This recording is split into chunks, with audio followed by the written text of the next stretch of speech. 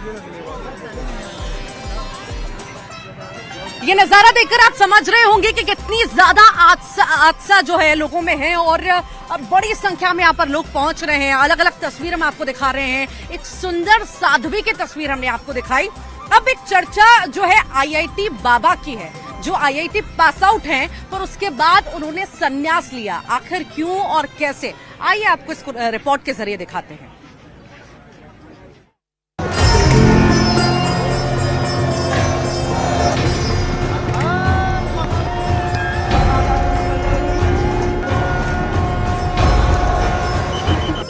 महाकुंभ की छटा दूर दूर तक बिखरी हुई है, जहां देश भर के साधु संतों का समागम लगा है। इन्हीं में कुछ ऐसे सन्यासी पहुंचे हैं जिन्होंने दुनिया के सारे सांसारिक सुख त्याग दिए और आध्यात्म की डोर से खुद को बांध लिया। इन्हीं में से एक बाबा हैं जिन्हें आईआईटी बाबा के नाम से भी जाना पहचाना जा रहा है। यही वो मसानी गोरख बाबा हैं जो महाकुंभ में शिरकत करने आए हैं। सोशल मीडिया पर भी उनकी काफी चर्चा हो रही है। ये आईआईटी बम्बई से इंजीनियरिंग करने के बाद बाबा बने हैं। इंजीनियरिंग भी आईआईटी बम्बई से एयर स्पेस और एरोनॉटिकल स्ट्रीम में की है। लोग हैरत में पड़े हुए हैं कि आखिर इतना अच्छा करियर छोड़कर आध्यात्म की दुनिया में आना क्यों हुआ होगा। बहुत अच्छे तरीके से आप बात कर रहे हैं, हमें लग रहा है कि आप पढ़े लिखे बहुत हैं। हाँ, आईआईटी बॉम्बे से पढ़ा हुआ ना जी। आईआईटी बॉम्बे से एरोस्पेस इंजीनियरिंग किया ना मैंने।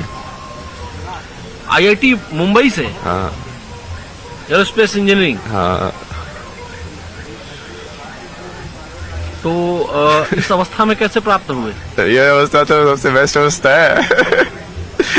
ज्ञान के पीछे चलते जाओ, कहाँ जाओगे, यहीं पे आओगे। रहने वाले कहाँ के थे आप? हरियाणा, मतलब जन्म स्थान हरियाणा है, रही तो बहुत जगह पे है। जैसे मुंबई में भी आईआईटी मुंबई में थे, 4 साल वहाँ पे पढ़ाई की, फिर वहाँ से एमडेस किया, फिर मैं फोटोग्राफी इन सब में चला गया, आर्ट्स में, इंजीनियरिंग से, 3 इडियट्स की तरह। अच्छा, तो जब आपने एरोस्पेस इंजीनियरिंग में पढ़ाई की उसके बाद कहीं नौकरी भी किया? कोचिंग में पढ़ाया ना मैंने, फिजिक्स पढ़ाया 1 साल। जो कोचिंग में इसलिए पढ़ाया जो कि वो मैं फोटोग्राफी में काम करना चाहता था, वो बिना डिग्री के कोई काम दे ही नहीं रहा था। तो 1 साल वो कोचिंग में पढ़ा के उसका एक एंट्रेंस होता है अलग से, फिर वो क्लियर करके फिर से वो मास्टर्स इन डिजाइन डिग्री है ना, ये डिजाइन में होता है, interaction design, visual communication, product design, animation, ये सब चीजें। हरियाणा के रहने वाले आईआईटी बाबा का असली नाम अभय सिंह है। उन्होंने इंजीनियरिंग की दुनिया छोड़कर अलग राह चुन ली। वो भगवान भोलेनाथ पर आस्था रखते हैं। बाबा का अलहदा अंदाज देखकर हर कोई उनकी बातों की तरफ आकर्षित हो रहा है। चेहरे पर मुस्कान और साफ गोई से अपनी बात करने का तरीका। बाबा ने ये भी बताया कि इंजीनियरिंग करने के बाद वो समझ नहीं पा रहे थे कि उन्हें क्या करना है। काफी सोच विचारने के बाद उन्होंने आध्यात्म से जुड़ना ही सही समझा। वो ऐसे हुआ ना, तुम जिंदगी का मतलब ढूंढते जाओगे। तो पहले जिंदगी का मतलब, जैसे मैं इंजीनियरिंग टाइम पे भी फिलोसफी के कोर्सेज लेता था, ये पोस्ट मॉडर्निज्म, सोक्रेटिस, प्लेटो, ये सब भाई क्या बोल रहे हैं। समझने के लिए ना कि मीनिंग ऑफ लाइफ है क्या, करना क्या है। तो समझ में आया मीनिंग ऑफ लाइफ? तो उस टाइम पे समझ में आया कि अच्छा पैशन मीनिंग ऑफ लाइफ है। तो मैं चलो फोटोग्राफी करेंगे भाई, घूमेंगे, ड्रीम लाइफ जिएंगे, हर जगह जाएंगे, अपना पैसे भी आएंगे, मजे भी करेंगे, सब दुनिया ही दुनिया। तो पैसा कमाया? हाँ, पैसा तो मैं वैसे भी कमा ही सकता था, पर वो फोटोग्राफी वाला पैशन उसको पूरा किया मैंने। मतलब इंजीनियरिंग को छोड़कर बाबा बनने की उनकी कहानी बेहद दिलचस्प है। उन्होंने खुद को प्रभु के प्रति समर्पित कर दिया है। बाबा ने अपनी जिंदगी से जुड़ी बेहद ही रोचक बातें बताई। वो कई जगहों पर भ्रमण भी कर चुके हैं और सन्यासी का जीवन उन्हें भा गया है। पहले काशी था मैं 1.5 महीने के आसपास। कितने साल से बनारस में है? नहीं 1.5 महीने से था। उससे पहले 3-4 महीने ऋषिकेश था। उससे पहले फिर मैंने पद यात्रा किया था 2000 किलोमीटर के आसपास ना। मनाली से चलना शुरू किया था पहले, रोज चलता था 20 किलोमीटर, पूरा 4 धाम के, फिर ऋषिकेश आया। ये आपकी ये इस अवस्था की यात्रा कहाँ से शुरू हुई? ये वही है ना, तुम वहाँ पे जाओ, ढूंढा, वहाँ पे नहीं मिला, फिर फोटोग्राफी किया, फिर वो भी नहीं मिला, फिर वो क्या यार क्यों घूम रहा है तू, घूमे जा रहा है, कोई है ही नहीं तेरा, अपना अकेला ही जा रहा है, जुलिया में जी रहा है, कुछ पता ही नहीं तुझे। फिर मैं सब छोड़ के धर्मशाला चला गया। फिर वहाँ पे मैंने बेसिक चीजें सीखी। मेरा खाना बनाना तो आता ही नहीं है, दुनिया में इतनी सारी चीजें सीख ली, अभी ये बेसिक चीजें समझ में नहीं आती तेरे को कि खाना कैसे बनता है।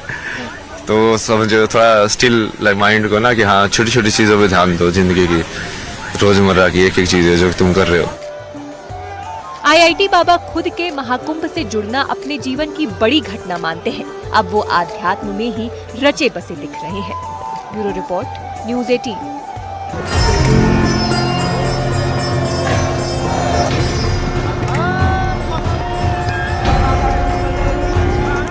देश के कोने कोने से जो श्रद्धालु आ रहे हैं उन पर महाकुंभ का रंग कैसा चढ़ा है वो तो आप देख ही रहे हैं, पर विदेशियों पर रंग कैसा चढ़ा है आइए आपको दिखाते हैं किस तरह से गीत गा करके अपनी तरफ ध्यान विदेशी खींच रहे हैं।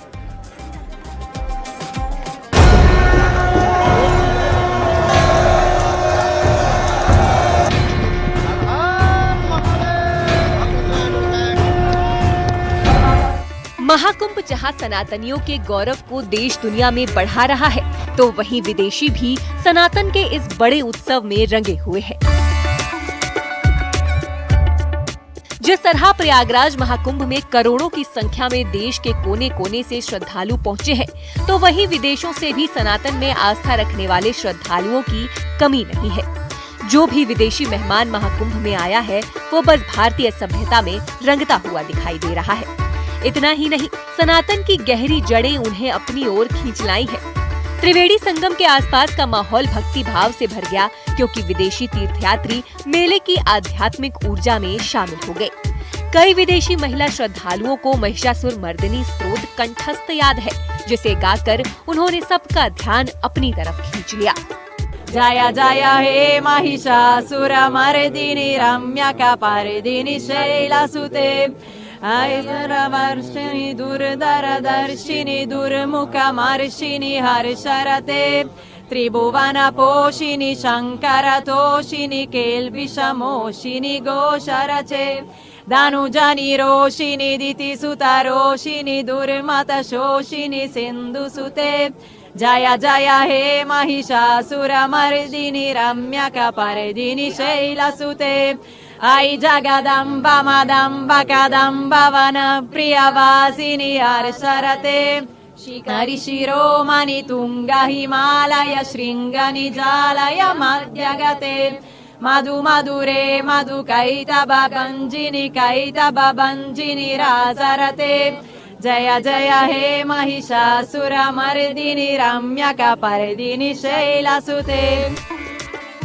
इतना ही नहीं, उन्हें दुनिया की सबसे ज्यादा लोकप्रिय आरती भी पूरी तरह से याद है। वहाँ पर मौजूद लोग उनकी इस भक्ति को देखकर दंग रह गए। जगदीश हरे पिता तुम मेरे शरण गहूँ किसकी, स्वामी शरण गहूँ किसकी, तुम बिना और न दूजा, तुम बिना और न दूजा, आस करो जिसकी। ओम जय जगदीश हरे, तुम पूरन परमात्मा, तुम अंतर्यामी, स्वामी तुम अंतर्यामी, पार ब्रह्म परमेश्वर, पार ब्रह्म परमेश्वर, तुम सबके स्वामी। ओम जय जगदीश हरे।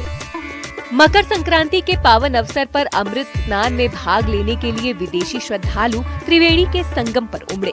कई विदेशी श्रद्धालु ऐसे हैं जो सुकून की लालसा में इस महान जगह पर पहुंचे हैं। मोक्ष की तलाश ही उनका ध्येय बन गया है।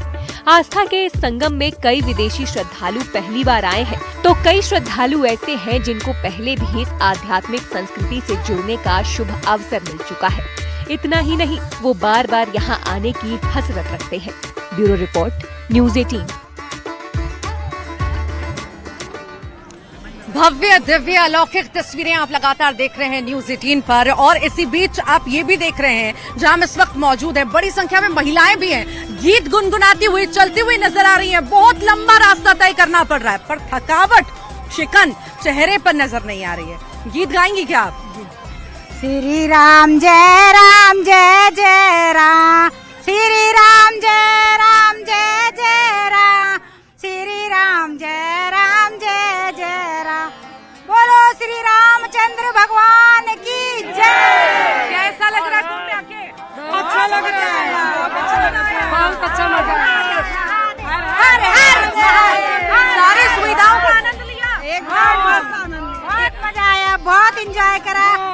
अच्छा लग रहा है।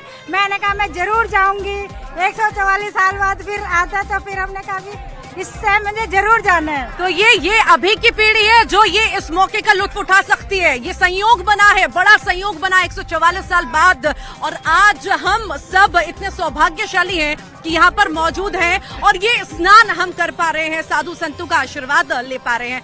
न्यूज़ 18 पर महा कवरेज महाकुंभ की लगातार जारी है। एक छोटे से ब्रेक के लिए रुक रहे हैं।